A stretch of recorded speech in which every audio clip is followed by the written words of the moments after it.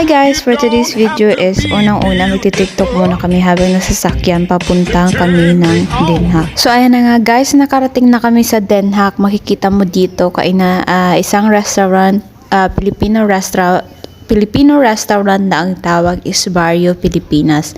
Guys, dito kung na-homesick kayo guys sa pagkaing Pinoy, ay dito lamang kayong pumunta sa Den Haag, sa Barrio Pilipinas. Mai-enjoy nyo talaga ang Filipino food.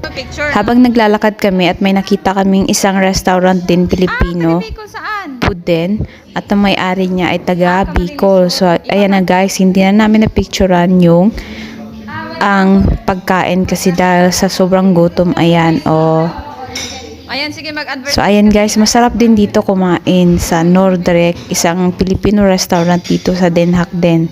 So bali, dalawa na pala dito ang restaurant. So first time namin ditong makakain, eat all you can din sa halagang 18 euro.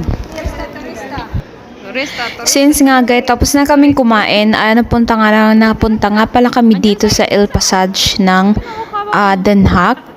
So ayan na nga guys, naglibot-libot muna kami dahil hindi pa naman oras ng aming meet up doon sa Barrio Pilipinas.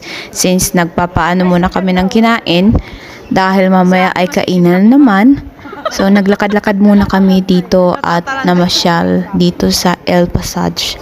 'Di ba? Grabe, parang ang sosyal, para kang nasa Italy.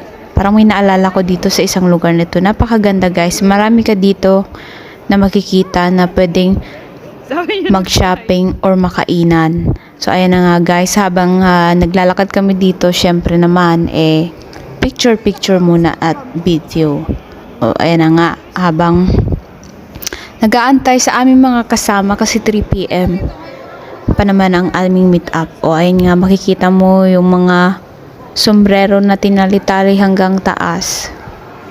Oh, ayan. Oh, 'di ba? Mag-e-enjoy ka dito sa El Passage kasi ang ganda ng place na 'to at marami kang pwedeng mapuntahan at mapasukang mga shop. Isa na nga dito sa mga shop na napasukan namin ang DOK or cookware na Wow, ang dami. siguradong mag-e-enjoy ka dahil sa dami ng gamit na makikita mo na pangluto. Kung mahilig ka talaga magluto, ay dito ang babagay sa'yo na pumunta ka dahil sobrang maiinip ka. After nga namin gumala, so bumalik na nga kami sa aming meet up dito sa Barrio Pilipinas. So nandito na ang aming birthday girl. So ayan. So nandito na kami at yung iba pa naming mga inaantay na kasama sa aming poodle fight.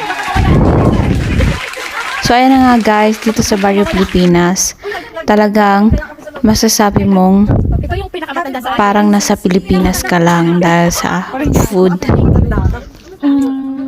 Siguradong mai-enjoy mo talaga kung lalo na homesick ka at matagal-tagal ka nang hindi nakakauwi ng Pinas. Dito ka lang pumunta.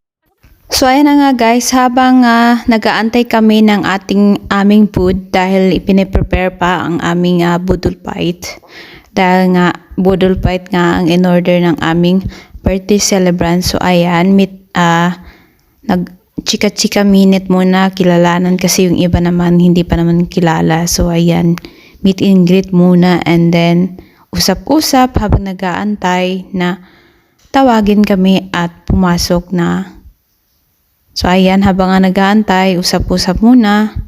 So ayan nga, mag-i-enjoy ka nga dito. Ayan na nga guys, so ready na ang aming budol fight at mag-start na kaming kumain. So ayan nga, makikita mo may mga seafoods, may mangga, may pineapple, meron din shrimp at saka barbecue, lumpia,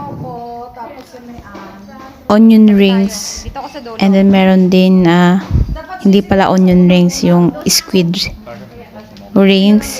So ayan, may melon. Mag-i-enjoy ka talaga, sobrang busog. As in, sulit na sulit. Merong crabs, seafoods talaga. Pero depende pa rin yun sa inyong order. So ayan na nga guys, o di ba may sausawan ba, toyo na may